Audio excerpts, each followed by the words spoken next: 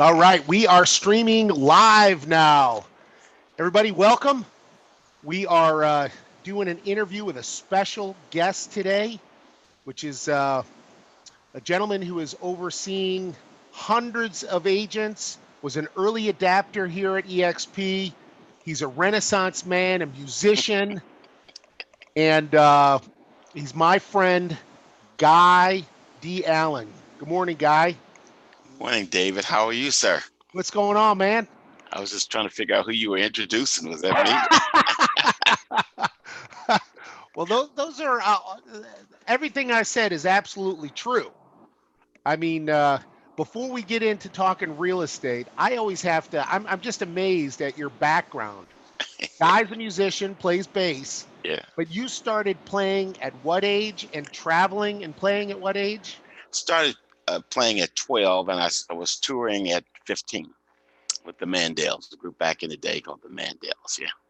That I mean, there is no greater life experience, I'm sure, than traveling around the countryside Oh, yeah. Yeah. playing music. It was great. My brother and I uh, had that opportunity. It was phenomenal at a very young age to be able to get into the music industry and just kind of travel. What do you think that taught you doing that? Because that's a very unique experience. Survival. Taught you how to survive because it's a lot always going on. It's a lot of moving parts, and you still have to focus because when it's showtime, it's showtime. You have to put everything aside and focus on the project or the mission at hand, which is getting through the show. And sometimes you got a lot of things on your mind, especially at that younger age, leaving home very early and just touring. So yeah, but it That, was fun. that's amazing. So you've had a long career in real estate and real estate related industry. I mean, you were a lender some time back, so you Yeah. understand the lending side of it. You had your own brokerage. Yes. You are now a state broker overseeing hundreds of agents in Correct. the Washington metro area. You are a past president for PWAR. And what were your duties within NARAB? And you I was the still. regional vice president for the National Association of Real Estate Brokers, which is the oldest minority trade association, real estate trade association in America, formed back in 1947. But my territory covered Virginia, Maryland, and DC, Region 4. So, I mean, your credentials are up there with the best of them. How have you seen the industry change since you got in? Oh my goodness. Well, I started in 1977. I opened my brokerage in 1970, my mortgage brokerage shop down in Richmond, Virginia. And uh, back then, everything was with the was manual, pen and paper or typing, and also we had the dot matrix printers. So you would have to line everything up just right so that the dot matrix would fill in the applications. Did you have a fax machine yet? Well, when I remember the day the guy came in to sell me my first fax machine, and he came in and he said, "Hey, look, I got this great invention. Let me show you how this works." So you take your application and you put your phone on here and stick that piece of paper into this machine and dial the number, and they're going to get it in California. I was like, "Man, you are a fool. That is not going to happen. That's great." He brought the paper, he brought it in, and he stuck it in there and did it. And we called California, who was one of our wholesalers, and he said, "Yeah, we got it in our fax machine." And they read off the name of the person, the application, and everything. It was amazing. You were like, what kind of black magic is this? I'm checking the cables, looking at the wires, seeing what's going on. It's like, how did this happen? But it was phenomenal. And back then, we had contracts with carbon paper. You had to press real hard, but to get the carbon done. And now you can type them in. You can do them on your phone. You can do all those types of things. And even copier machines.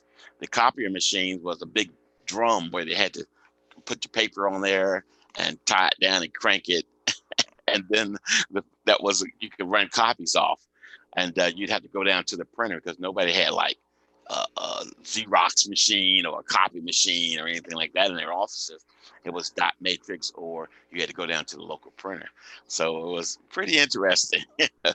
But I mean, even as basic as that technology was, that helped you. It saved you time, Yeah, probably saved you money, yeah, and that was the technology of its time, right? exactly. As a matter of fact, one of the major franchises now built their company on the back of the fax machine, just saying that the fax machine was going to grow their business up and make it phenomenal.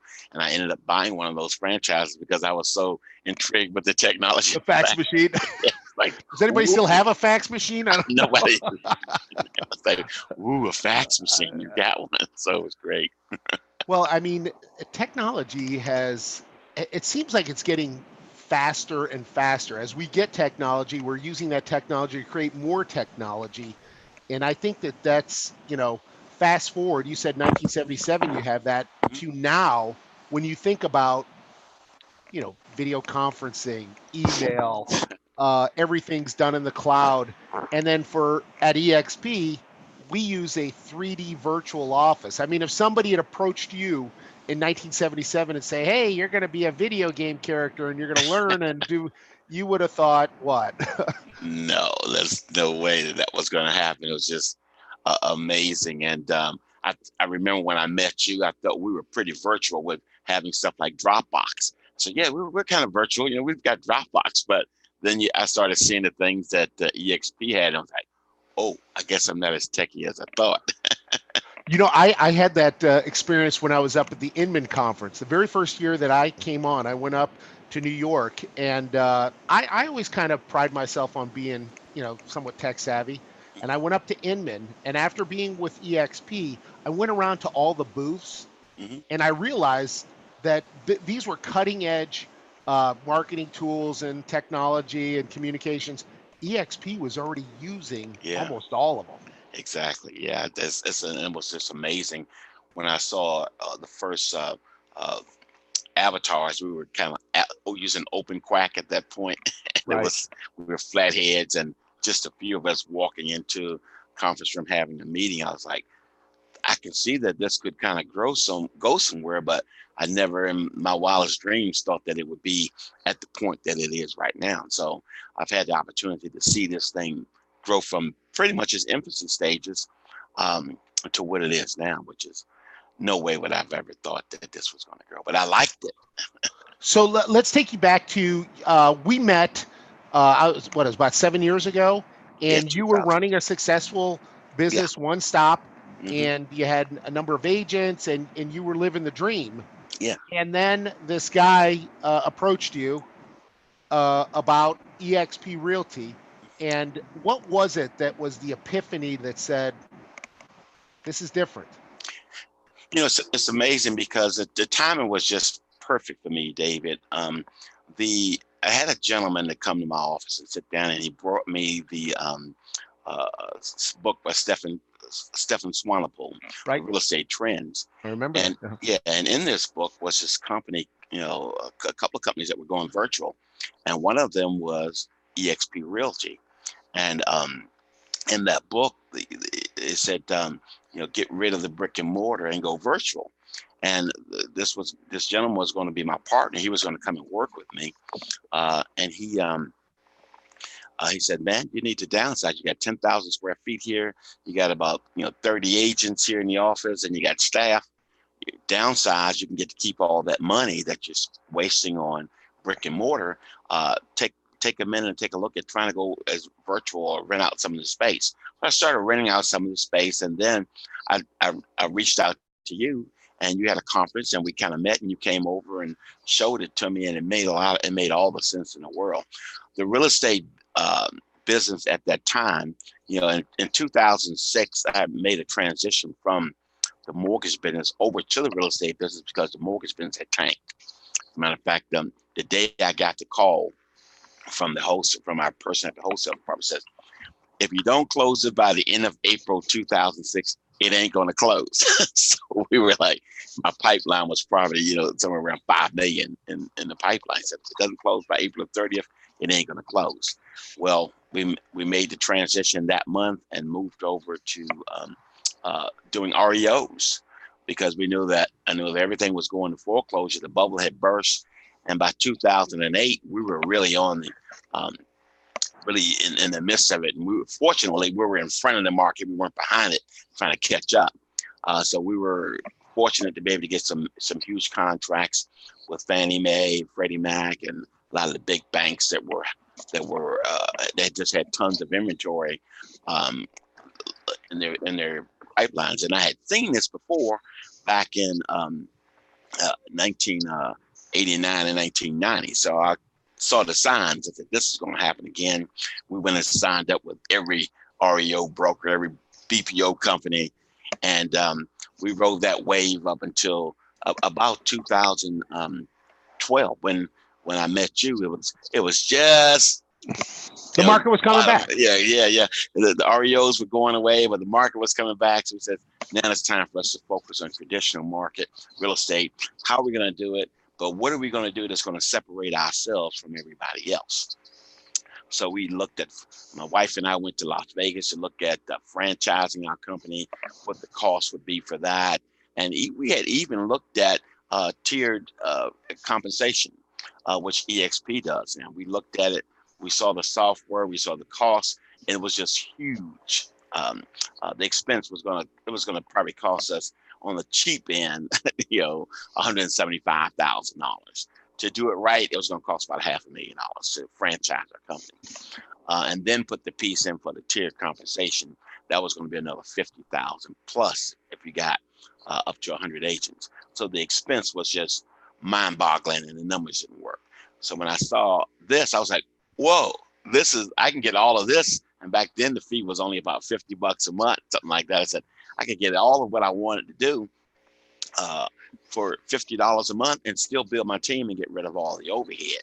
So as a broker owner, if the dollars didn't come in, that month, you have to write a check, for expenses and payroll. So it just got a little bit top heavy. And so it was perfect timing for us to start downsizing and looking at ways to transition out of our company. And without getting too far ahead of what you're asking, we met with you, and my agents said, Mr. Allen, we saw this, and if you don't make the change, then we are. So I said, hey, wait a minute, let me get let me get signed up. And then we had the buy-in from the agents first. Which was, I remember that meeting. Yeah, I remember it.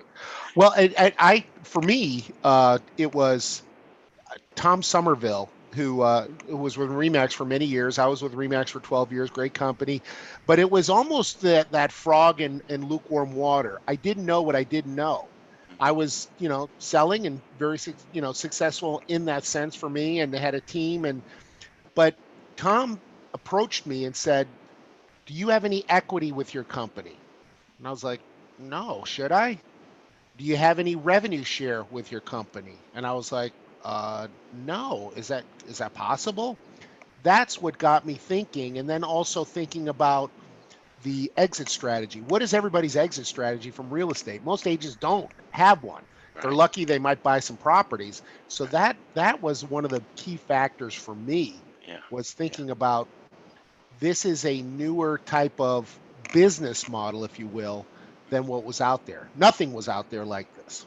Yes, exactly. Yeah, and that's kind of some of the things that I was thinking about too, David, because here I was, the broker owner. I was getting 100% of whatever I sold plus a portion of what everybody else sold. So why would I give that up? Well, the reason why I would give that up is it wasn't so much that I was giving it up, is that I was getting rid of the burden of the overhead and running that whole place, and the staff being responsible for their livelihoods, really. And they were looking to me for leadership. When I saw the eXp model, and the stock wasn't even out then at the time I came on, it didn't come on to the next year, 2013. I looked at being able to expand my business nationwide, anywhere across the country, and and we were just looking at Canada, but anywhere across the country. And I think then we only had maybe 13 or 15 states, but they were continuing to look at expansion. But I could go into those states without having or incurring the cost of setting up an office, all the things that it takes to build to set up an office.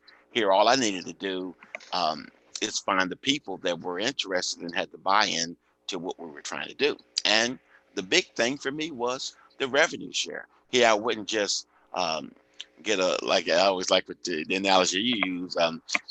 Your broker gives you a ham sandwich and a pat on the back and said, "Thank you very much." And that's the last of what you see of that person.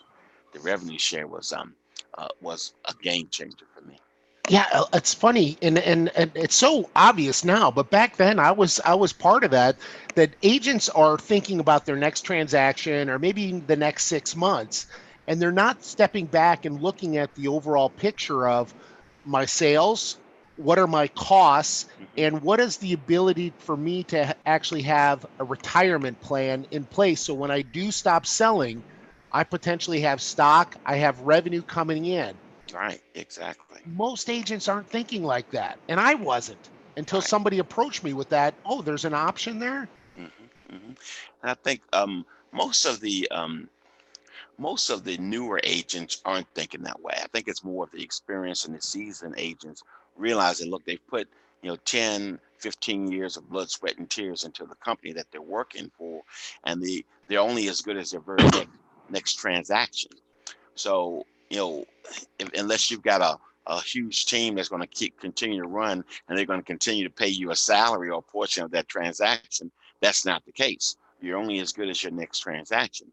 Whereas building a team of 25 or 5 or even 100 people, and some of these folks have thousands of people in their downlines. Here you've got a revenue stream that's going to continue to come in for years and years to come, and that just kind of really meant a lot to me, because at my age right now, I wasn't going to be going out showing 4-level townhouses. I'm showing ramblers, if that, or ranchers, things on one floor. So I wasn't hitting the street as much, and never really was. I was always teaching folks and showing them how to do it, and doing a few transactions. But my main revenue stream was coming from having an office or having agents and getting a portion of their commissions or desk fees. So at some point I felt like I was a glorified landlord, just collecting desk fees and transaction fees. So this was an opportunity for me to grow this without having to do all that accounting and chasing folks around for desk fees. So I love the fact that some of the folks that are in my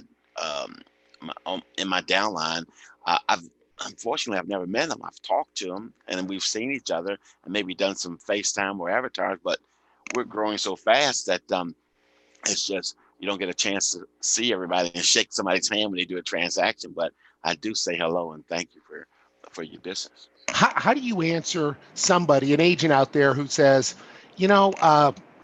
I'm with this company and they're the largest and they have brand recognition and they have market share. I haven't heard of eXp. I don't see a lot of signs, even though we've gone from hundreds of agents to 25,000 agents, all 50 states, and we're growing globally. We're the fastest growing brokerage. You still get that question. Yeah. How do you respond to that? Well, from my perspective as I would say a more experienced long-term agent, I've been in the business a long time. My clients don't really care what company I'm with. I could be with ABC Realty. They don't care about the alphabets. They want to deal with me because they know, like, and trust me. So my relationship with my clients is always very important. Now, and same thing with a lot of experienced agents. They'll make a move and their clients would still follow them and still do business with them.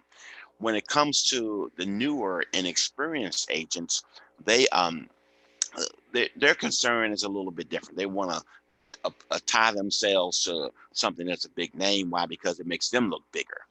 Well, if you just got your license and you're saying, well, okay, I've got these folks behind me working with me or helping me, then that somehow they think that that's going to make them better. But in the end, when you're face to face, chest to chest with that customer, you're not going to have anybody there but you, and they're going to look at you and your credentials and what can you do to help them get their house sold. And unless you have the right tools and you're prepared with the right things to say and win those buyers over or those sellers over, it's not going to make any difference whatsoever what company that you're with. So our mentor program is designed to have a person to go with you out to those appointments and sit down with their experience and say the things that uh, um, that would make sense to a prospective seller or buyer that maybe you just don't know, or maybe you just don't know what to do. And that's the way you learn. It's kind of more of a hands-on. I love the hands-on approach that we have. We don't just put you out there and say, okay, go get him, Tiger. No, the mentor program is designed to really get out there and help you on the day-to-day. The next thing that I'll say is, yeah, you may not see as many signs in your neighborhood, but when you look at the transactions that we do, whether they're buyers or sellers or whatever, if you looked at what we do uh, in Virginia, we're probably going to do over $1 billion in business in Virginia this year. We came really close last year, but we're going to do over $1 billion in business and listings and sales. When you look at our company nationwide, if all 25,000 people were here in Virginia, you'd have a lot of signs around. But because we're expanding nationally, it has a little bit of a diluted effect. But when you look at the numbers, we're at the top tier of companies doing business. Mm-hmm. So the compression of it, you have to look at the total number, and we're going to fill in the empty spaces throughout the country. But the question that you want to ask is, well, look, I'm here in Virginia.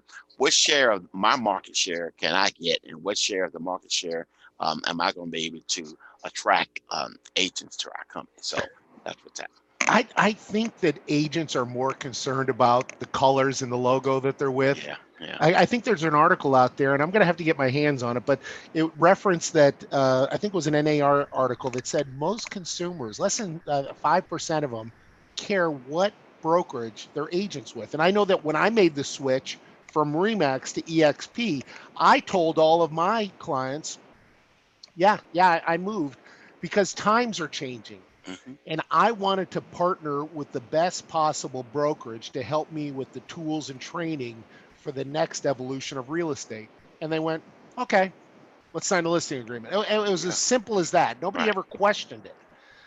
And so I'd also reference that times are changing, especially in the brick and mortar industry, not just real estate, but you see it even in the malls. You go to the mall and a lot of these shops are closing down. Why? Because people are buying stuff online.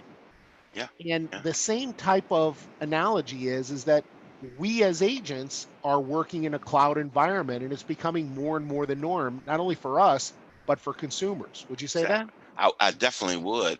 And if you look at, and I just regress a little bit. When I was at, the Remax shop, the top producers were never in the office. Right. So how are these guys doing business and they're not in the office? Well, if they're working with buyers, they're out showing them houses, so they leave their house. If they're working with sellers, they're at the listing, so they go show the house. So they didn't have a need to come into the office other than bring a check or bring a contract, and then they're off to the next transaction. Right. So they were more productive by not getting bogged down with all the minutia in the offices. And I met one of the guys, and I kind of pulled him aside and said, hey, how are you doing so much? Where are you getting your business from? And how are you getting it without coming to the office? And he said, listen, my customers don't come to the office. There's no need for them to come to the office. As a matter of fact, I don't want them to come to the office. So, we moved from my house onto doing what they needed to do. So I said, well, that's understandable. The other thing is that there's so much going on in those offices, the water cooler. It's just a distraction. So your focus needs to be on meeting your customers, getting in your car, going to see someone, making sure that they're pre-approved, making sure that you're not wasting your time. And that's kind of what we show you how to do, is how to use maximum efficiency with minimum effort, not a bunch of minimum effort, but you want to have maximum efficiency. You want to do minimum, but get big results. And that's what the tools are that we use that help us technologically. That's where the business is. People go to the internet first. A lot of times they know more about a neighborhood than you do as the real estate expert, because they can retrieve a lot of the same information with this wonderful thing called Google. So they can Google you. They know more about you. They know about more about the neighborhoods. So the information is going freely, and that's what you want to do. You want to be in front of the information so that when those things come up, you're not trying to figure it out, you're trying to chase the information. You're in front of it. So you want to always be tech savvy. You want to always have the information, but like they say, the price is useless without the information. So you want to make sure you get the information. That was definitely one of the deciding factors for me as well. I remember the office that I was in had plasma TVs on the wall, leather couches, and I never brought anybody there. I don't think I brought one person in 12 years to the office. Right. And somebody said, Tom said, you're paying for that, even though you don't use it. And you're paying for that franchise fee, even though you don't own any part of it. Right. So I would say to any of the agents out there that, top performing agents don't go into the office. Right. If you go into most brokerages, it's a ghost town, but you're paying for it. Exactly. And if you've got somebody that's in there, they're trying to do desk duty or trying to figure a way out to pick up some crumbs to get some business and that kind of thing, because they don't know how to hunt. They're just more or less trying to get spoon fed. And the other thing is when your portion of the money a big portion of your money is going to the brick and mortar and, like you said, the plasma TVs, the biggest overhead expense for a broker. Yes, the largest, and the salaries, whereas here you can put more of the money in Hip National Bank and educate yourself and figure out how to do it yourself. Then you continually know how to fish, you know how to hunt, you know how to get business, so that if anything changes when the market tanks or whatever, you know what you need to do on a daily basis. Every day you wake up in the morning, what you need to do to get to the next transaction. And that's what we show you how to do. But the beautiful part about that is, let's say 1 month you didn't have a transaction, but you built this huge team, and you look at your account, and then we can look at our bank accounts on our phones and say, oh, this was for my efforts of attracting people to the company. That's a beautiful thing, as well as the stock. And people, that I've talked to say, well, that's really not that important, or no, it is important. I mean, right now, your broker's getting the benefit of that. If they're in a franchise or they're in a boutique brokerage, they're bringing people on, they're earning that money. Why not you empower yourself in your business, and you have the ability? Exactly. Yeah. I don't want to pay for somebody else's sofas and pillows and the glitz and glamour of having a beautiful office anymore. The bottom line for us is, production. Somebody's got to sell houses for this to happen. And when the pie is divided up, the question is, well, how much of that pie is going to go, like I said before, into Hip National Bank, into your pocket, into your bank account? But on top of that, if for some reason something were to happen to you, you would get sick for a month or two, and that has happened to folks around the country. Sure. Other than health insurance or something like that, what do you have that's going to help you pay your bills? Well, revenue share is a big portion of our income now these days. So you got a lot of people helping each other, help themselves, which is great. So you can now, instead of the broker being the winner in this 50-50 split deal, okay, now you can be the winner in the 80-20 deal that we have. And in some cases, 100% plus, because you got stock, you have revenue share, you have other streams of income that are going to help support you and your family, not just the guys that have broker owner behind their name. Yeah, I know that there's a lot of people that will knock eXp, and they'll say, they can't afford offices. They don't have offices. Right. And if they really understood our business model, I would say back to them, you have a big fancy couch that you never use in your lobby. I get a check every month from my efforts from revenue share. And oh, by the way, if I do need an office, I can use any one of the 42 offices that are here in the Washington metro area via Regis. We have an agreement with Regis. Many people don't know that I can go in with my mobile app and use Right. any office on any location. So I don't have to keep going back to that Right. same office, even though I might be showing a home in Alexandria. And there's about 41 offices around in the DMV that you can go to, and not including further south in Richmond and et cetera. But people say that we can't afford offices. We're debt free as a company. We don't owe anybody any money. We could buy any office that we want to buy. As a matter of fact, there's some empty offices sitting around here in the DMV that had other company signs on that they can't afford. So not to throw shade at them, but the margins for most real estate companies, period, is about 3 to 4% anyway. After the dust settles, it's about 3 to 4%. Well, when you look at our first tier commission level, that's what's paid out to you, the agent. So you're in a sense getting the profit off the top of what your agency would be. So when you look at the national average, that's where it is. Now we've got about 1.3 to 1.5 million agents around the country, and the ratio works like this everywhere you go. 20% of the people do 80% of the business. So when you take 80% of a million, that's a lot of agents that's doing ones and twosies. But the 20% of those agents that are working this thing every day are making the lion's share of the dollars. So we want to help you get that from where you are in your in the 80% pool, and show you how you can get to the 20% pool of production. Because is that your fax machine there? Sorry about that. I thought So we want to get you from that pool of folks that's over here that's just struggling trying to do a transaction or two, up to the 20%.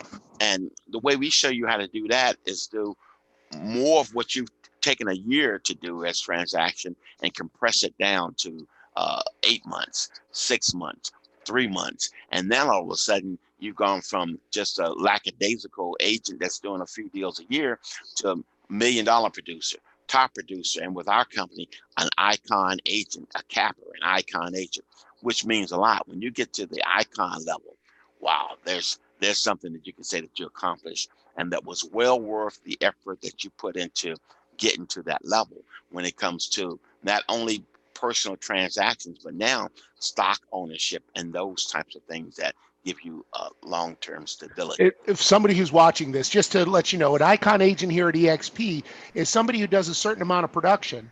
The company will actually give you back stock in the amount of your cap. Wow. And that stock can sit there and grow and actually become more than what your cap amount is, which is absolutely incredible. And going back to, there's people out there that say, well, I'm at 100% and I just play a flat fee. And I go, oh, okay, well, I'm at 300%. And they go, what? That's where this model is when you look at the overall business model, you have the ability to sell just like everybody else, bring people on and introduce them to the company, and I earn stock. All that together with the $50 that we spend in tech tools, whereas people are not looking at the overall business picture where they're saying, okay, I've got to get a website and an IDX and a CRM and my email and all these different things. Take a look at everything, and there isn't a better place to hang your real estate license, in my opinion. Yeah, no, it's not. I mean, for what you get, and for so as a broker, I was able to spend the same $50 as a new agent coming in, spending $50, and they could get the same benefits that I could get as a broker. I mean, that's just phenomenal, because usually most people that are in the new in the business, they end up spending a lot and getting a lot less. Whereas, now we're all on the same playing field. So I just think that it's just great. When I saw this, I was just floored. I was looking for the catch. I said, David, this sounds really good, but what's the catch? Where's the catch? I didn't quite get it, but I did my due diligence. I did my research, And everything that the company had promised us and more, they've done it and they've delivered it. And it's way more than I could have ever imagined. Every year, this company has gotten better. Every Since year. I've been here, every year it's gotten better with tools, training. You know, we're here. We're coming up on 45 minutes, so I could talk all day with you. But I mean, we didn't even touch on the fact that we have 30 to 40 live classes every week, and these are classes not just in your little brokerage, but from experts around the country, soon to be world, on all different types of topics. Exactly, and that's just phenomenal. And see where they've gone from, even with the classes, where we were having a few classes until to now. It's just the topics are just the conversations are just different because we've been growing. When I went to the first conference with you, David, the first conference we went to in Las Vegas, it was some 80 people in a room in Chicago. Well, I think we were in Chicago. Chicago's the first one. We were in Chicago, and I think the entertainment that we had was, maybe we had bag lunches, and then we had a boom box or something. Yeah, we were playing some music, so in a room, that was just kind of like the size of one of our classrooms now. Now we have a huge conference. There was some 2,500 people at the last conference, and there we had the biggest party that you could ever imagine. The company's up on 10 years. They've just treated us great, and they've educated us, and they've shown us the things that the top producers are doing to make the type of money and do the type of business that they're doing. So they're sharing, they're giving, they're letting you know that, no, you don't have to be a struggling real estate agent. All you have to do is do these things, and they take you by the hand and show you, do it like this, like this, like this, like this, and you're going to get the results. If you wake up every morning and do it just like this. So, and I don't have to be the one that's training them, which is great, because I had to train all of my agents in my firm. Now they've got some of the top producers that have done far more than I've ever done in business.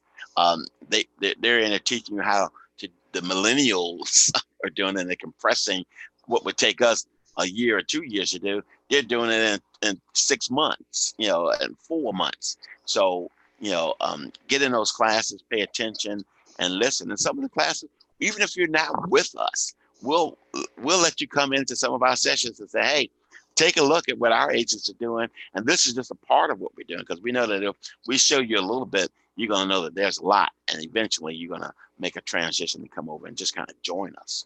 Well, we've already talked about how our business model is different, that we earn stock. We can create our own team nationally by just introducing people to the company and getting revenue share on the 22nd of every month. We have 30 live classes every week, and our tools are unbelievable. What would be as we're wrapping up here, what would you say to somebody who's looking at this, who's maybe not on board, and you'd say what to them? I would say that the heavy lifting has been done. The research has been done. If you look at, do your homework, do your due diligence, look on Inman, look at everywhere, and just confirm the things that we're saying to you, that they're true, and that not only are they true, but there's other people that have testimonials that they can say that what it's done to change their real estate life, their real estate business.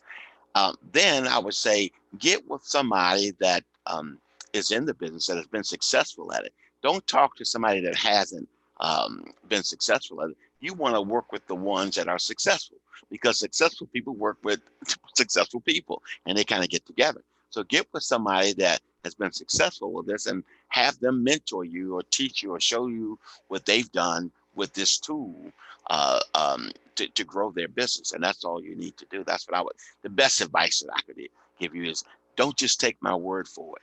Make us prove it until you are satisfied. And once you're satisfied, we're here for you. So what's the website that they can go to for you, Guy, to find out more? They can come to my eXp website is www.dmvvirtualagents.com. I'll put it in the comments below if you want to get with Guy. Mine is bestbrokeragemodel.com. I'll put them both down there. But there's so many different things that I can say, but I'll simply say it was the best decision I ever made in real estate, and it's changed my life. And I can see that it's changed many others. In this business model is a gift that Glenn Sanford has given us, where now it's almost like we each own our own business, Right. and you can make it as big as you want. Exactly. Right. Right. Yeah. So yeah, hey David, thank you for having me over and talk about this. I'm glad I met you. I'm glad we were able to I go. love you, man. Hey, we've Love you too, slept bro. in hotels and traveled around, We've been around. and I really respect you and the job that you're doing. I know as a past broker for a state, you are doing a phenomenal job with, Thank you. I don't know, Thank you. 700, 800 agents, and we Yeah. started out with just one. So God Right. bless you. Thank you, man. All Have a right, good one. buddy. Bye We'll bye. see you later. Okay.